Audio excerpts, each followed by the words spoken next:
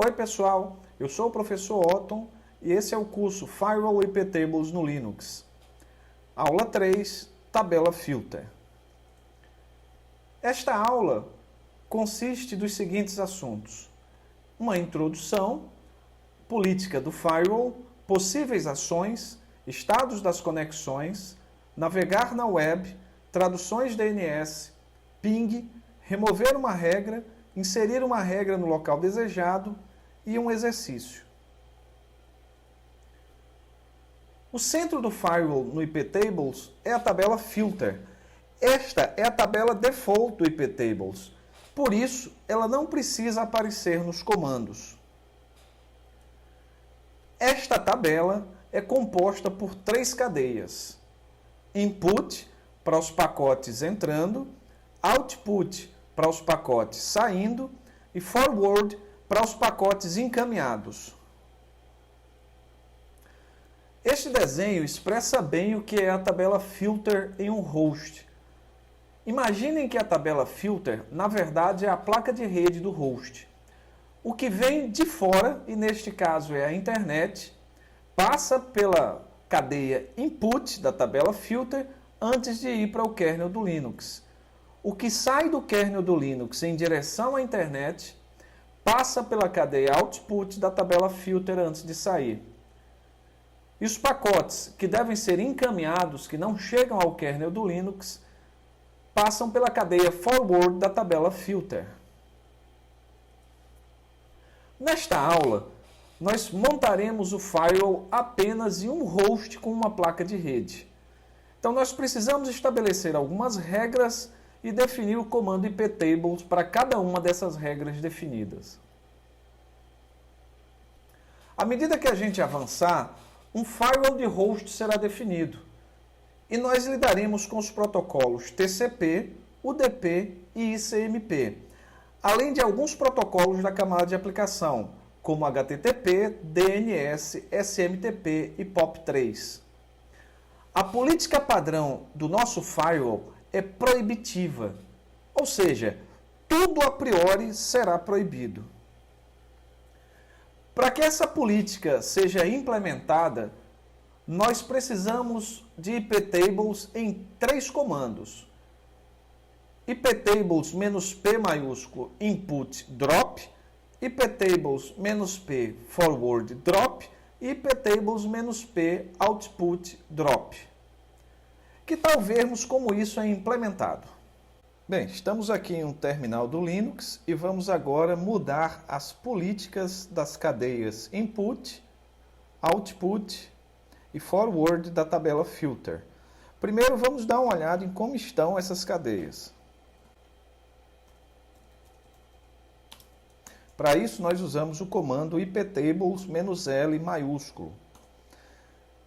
Vejam que a cadeia input está com a política accept, o mesmo para a cadeia forward e o mesmo para a cadeia output.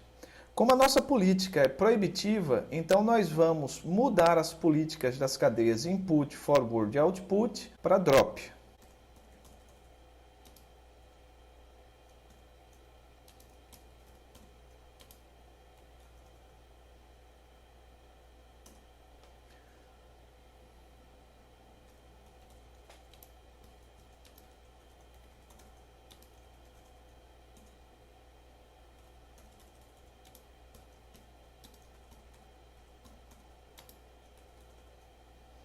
Pronto, acabamos de mudar na sequência a política da cadeia input para drop, a política da cadeia forward para drop e a política da cadeia output para drop.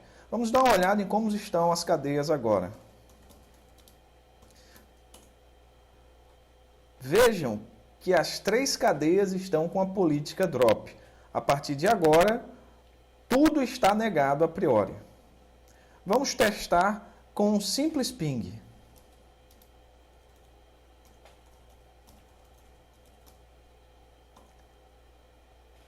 Nem a tradução DNS para o host www.otombatista.com foi possível. Então, as cadeias estão com as políticas drop e dessa forma adotamos a política proibitiva. ou seja, tudo está proibido a priori. As três regras inseridas indicam, respectivamente, que nenhum servidor pode ser acessado neste host. Por isso, o "-p input drop. Nada é encaminhado, por isso o "-p forward drop. E nada é permitido como cliente, e por isso o "-p output drop. Pois bem, nós precisamos permitir algumas coisas como cliente e algumas coisas como servidor. Caso contrário, o nosso host está inutilizável do ponto de vista de uma rede. Mas antes que a gente consiga prosseguir, nós precisamos entender quais são as ações associadas a uma cadeia numa regra. Elas são accept, o pacote deve ser permitido; reject, o pacote deve ser descartado e há uma resposta do sistema; drop, o pacote deve ser descartado e não há resposta do sistema; e log, o evento deve ser gravado no log do sistema. Agora que nós já temos a política definida, precisamos garantir que todas as conexões abertas como cliente devem ser mantidas do lado servidor para o host. Para isso, nós precisamos de três regras e do módulo de estado para cada um dos protocolos mais conhecidos na internet.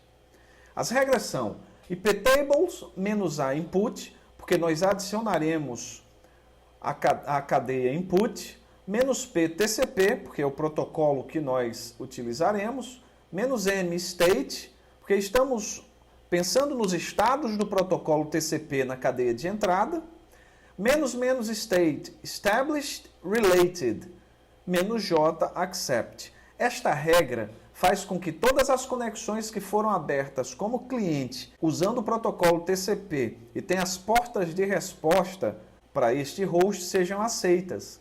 O mesmo ocorre para UDP e para ICMP. Vamos ver como isso deve ser implementado no nosso firewall.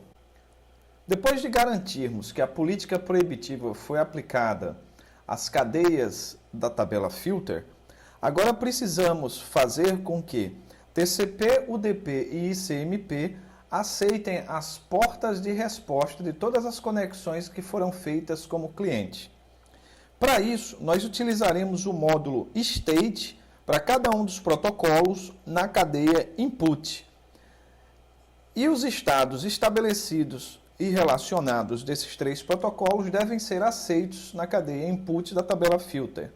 Então, a primeira regra que devemos inserir está relacionada com o protocolo TCP, e ela é a seguinte: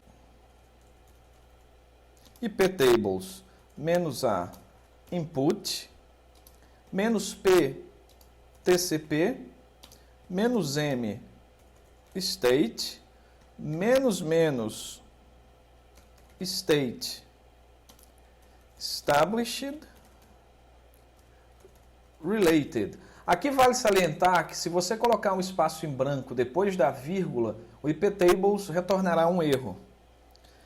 -j accept. Agora nós vamos fazer o mesmo para o protocolo UDP. Como eu não quero digitar tudo novamente, então seta para cima para me aproveitar da característica do shell. Vou editar apenas o nome do protocolo, ao invés de TCP, colocarei aqui UDP e Enter para inserir essa regra. Farei o mesmo, ou seja, seta para cima e trocarei UDP por ICMP para adicionar a mesma regra para o ICMP. Agora vamos ver como ficaram as regras da tabela filter. iptables -L maiúsculo. Vejam que na cadeia input nós agora temos accept, accept e accept para TCP, UDP e ICMP respectivamente, e os estados que nós gravamos, relacionado e estabelecido. Agora nós queremos que os nossos usuários naveguem na web, já que grande parte do uso da internet é através da web. Para que isso ocorra, nós temos que permitir a saída com o protocolo TCP e as portas de destino 80 e 443.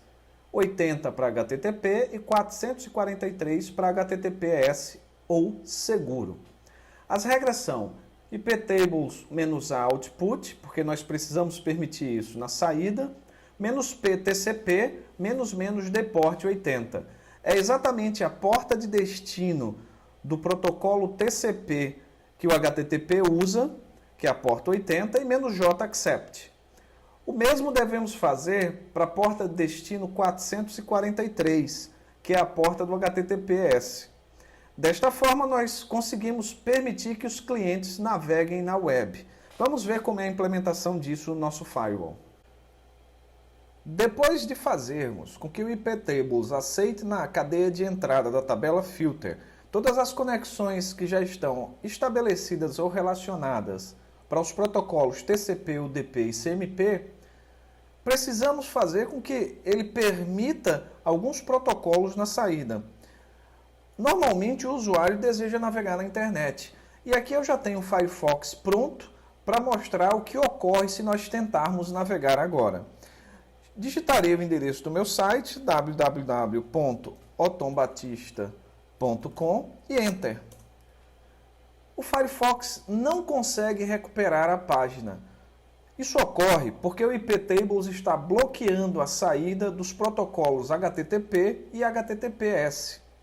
Nós precisamos permitir que as mensagens desses protocolos saiam através da cadeia output da tabela filter. A primeira regra que deve ser inserida é iptables -a output -p TCP -- deport 80 -j accept. Esta regra faz com que o iptables aceite na cadeia de saída todas as mensagens HTTP, pois HTTP utiliza a porta destino 80 nas mensagens indo do cliente para o servidor e, além disso, o protocolo TCP. Agora nós precisamos fazer o mesmo para a porta de destino 443, que é a porta de destino utilizada para os segmentos das mensagens HTTPS. Usarei o recurso do interpretador de comandos, com a seta para cima, e mudarei apenas o 80 por 443. Vamos dar uma olhada nas regras mais uma vez. iptables -l, e aí está. Na cadeia output, nós temos agora duas regras. Uma que permite, na porta de destino HTTP, e a outra que permite na porta de destino HTTPS. Vamos ver se a gente consegue já navegar na internet. Tentarei novamente conectar-me com o meu site www.otombatista.com, apenas clicando aqui em Try Again. Mais uma vez, o Firefox não consegue encontrar o meu site. Ainda precisamos permitir algo mais. Mesmo que a gente permita que o usuário navegue na web, o navegador ainda não funciona. Na verdade, nenhuma aplicação internet que necessite de traduções de nomes funcionará. Isso porque o nosso firewall não permite que o DNS funcione. Para que o DNS funcione, nós precisamos adicionar duas regras à cadeia output da tabela filter. A primeira regra usa o protocolo UDP e a porta destino 53. A segunda regra, o protocolo TCP e também a porta destino 53. Isso porque o DNS na camada de aplicação TCP/IP utiliza na camada de transporte o protocolo UDP, quando há menos que 512 bytes na solicitação. E quando há mais que 512 bytes, ele utiliza TCP. Então, com as duas regras inseridas, certamente nós conseguiremos navegar na web. E também utilizar qualquer aplicação que faça uso da tradução de nomes. Vamos ver como isso é implementado no nosso firewall. Mesmo depois de permitirmos que as mensagens HTTP e HTTPS saíssem através do nosso firewall, ainda não é possível navegar na internet. Isso ocorre porque o navegador precisa de uma tradução DNS e as traduções DNS não estão permitidas. DNS é um protocolo da camada de aplicação que utiliza UDP ou TCP na porta 53 na camada de transporte. Desta forma, nós precisamos, na cadeia de saída da tabela filter, permitir que os protocolos UDP ou TCP utilizem a porta 53. Para que isso ocorra, duas regras devem ser adicionadas. A primeira é iptables -a output -p UDP -deport 53 -j accept. Esta regra faz com que todos os datagramas que saírem pela porta 53 sejam aceitos pelo nosso firewall. Então, o nosso firewall deixará que as pesquisas DNS ocorram. O mesmo devemos fazer para TCP. Mais uma vez, me utilizarei do recurso seta para cima do interpretador de comandos e trocarei apenas o UDP da linha anterior por TCP. Precisamos das duas regras porque o DNS, para datagramas com até 512 bytes, usa UDP, enquanto com segmentos para mais que 512 bytes, ele usa TCP. Vamos dar uma olhada nas regras para vermos se elas foram inseridas.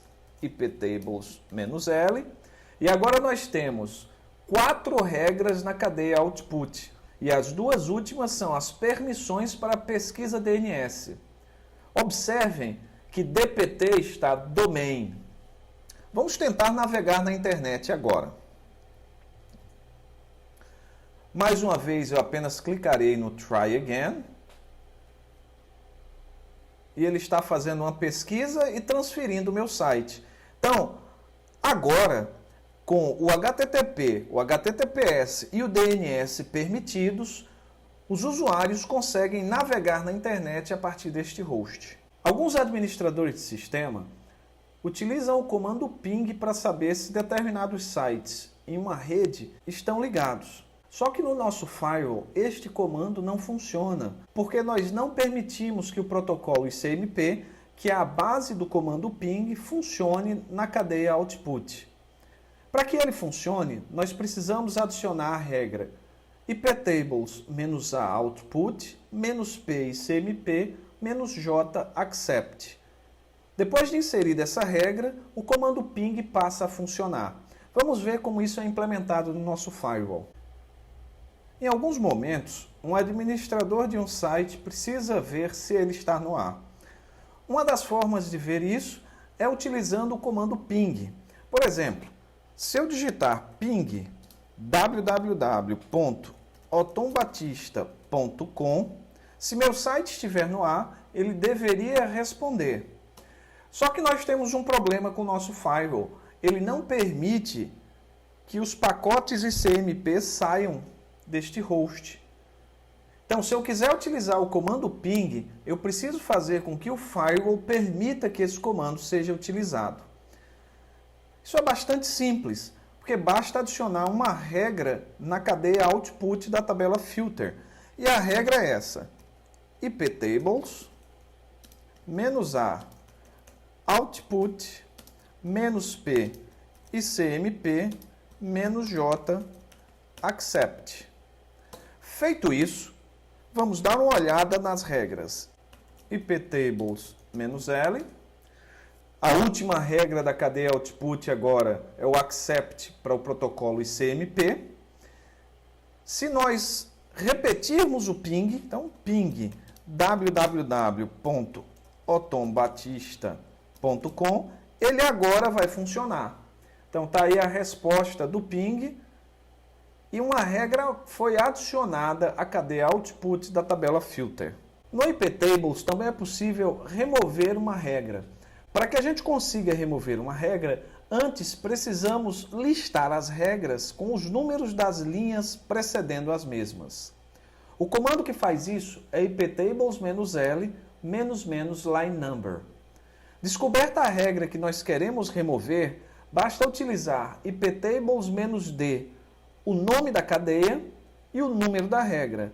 No nosso exemplo, nós nos arrependemos de inserir a regra que permite o ping e queremos removê-la. Então basta dar iptables-d output 5 e a regra número 5 da cadeia output, que é a regra que permite o ping, é removida.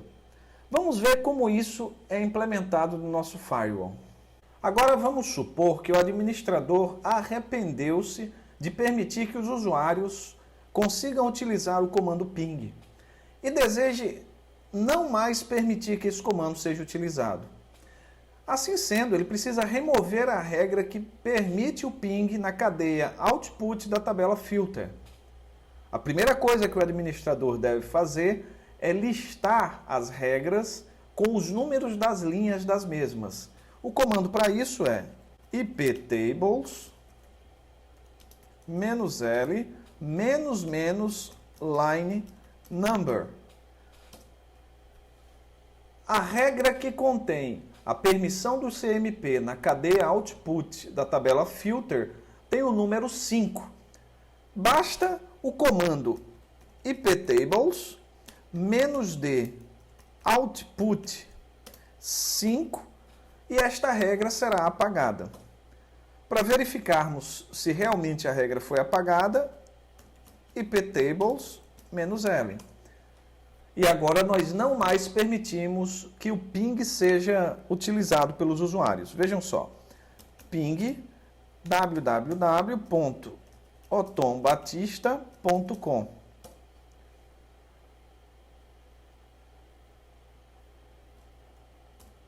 Para cada cadeia, as regras são testadas uma após a outra a partir da primeira, até que uma seja atendida.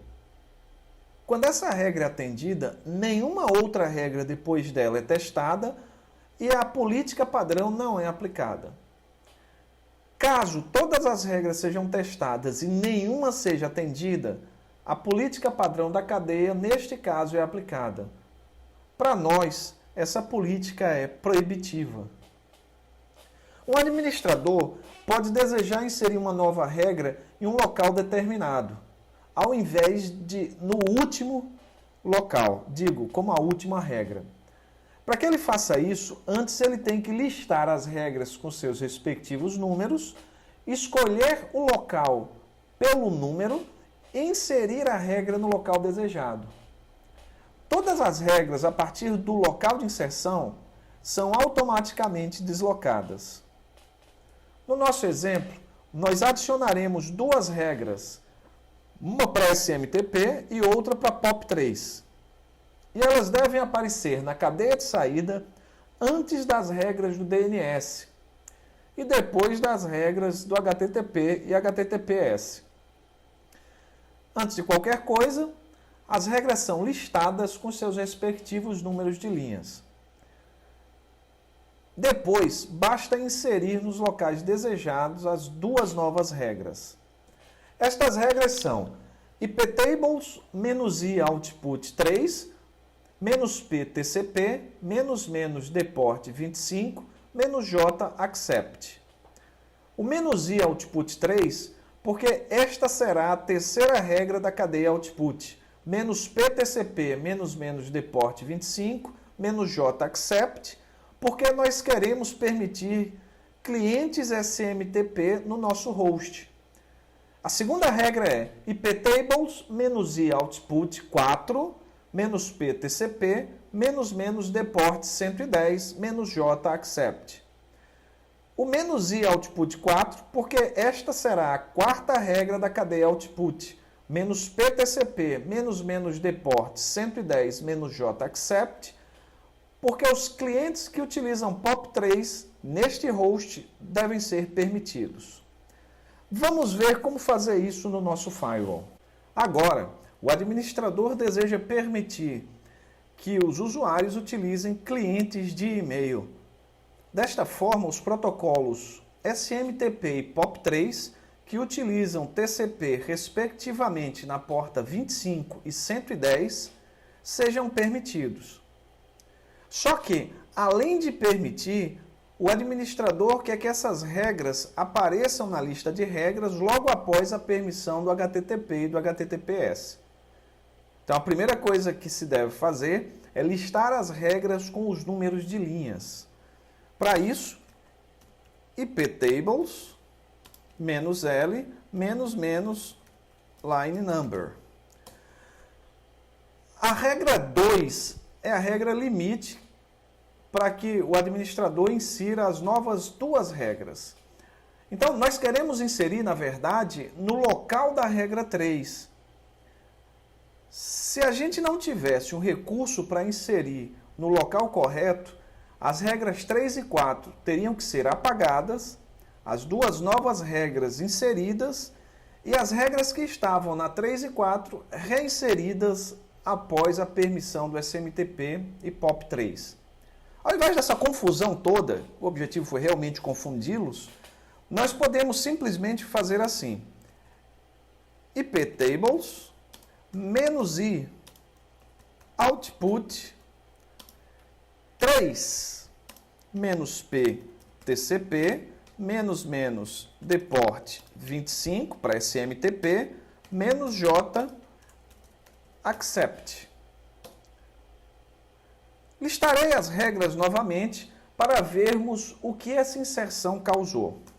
iptables -L line number. A regra com o SMTP entrou com o número que nós pedimos para ela ser inserida, o número 3. E as regras para o DNS foram deslocadas automaticamente para os números 4 e 5. Agora nós vamos inserir o POP3 como a regra número 4. Utilizarei mais uma vez o recurso do bash, seta para cima, e mudarei o número da porta, porque o POP3 usa a porta de destino 110 na saída, e o número da regra, porque eu quero que seja inserida na regra número 4. Vamos mais uma vez verificar as regras. Vejam que agora é permitido SMTP e POP3, logo após de tentar permitir o HTTP e HTTPS. Terminando essa aula, deixo vocês com o seguinte exercício. 1. Descubra como salvar e recuperar as regras que definimos na iniciação do sistema. 2. Adicione uma regra que permite um servidor SSH e conexões apenas do endereço IP 200.242.12.23. 3. Adicione uma regra que permite conexões com servidores SSH. 4. Descubra um meio de proibir sites como Facebook ou aplicações como o Skype. Vejo vocês na próxima aula.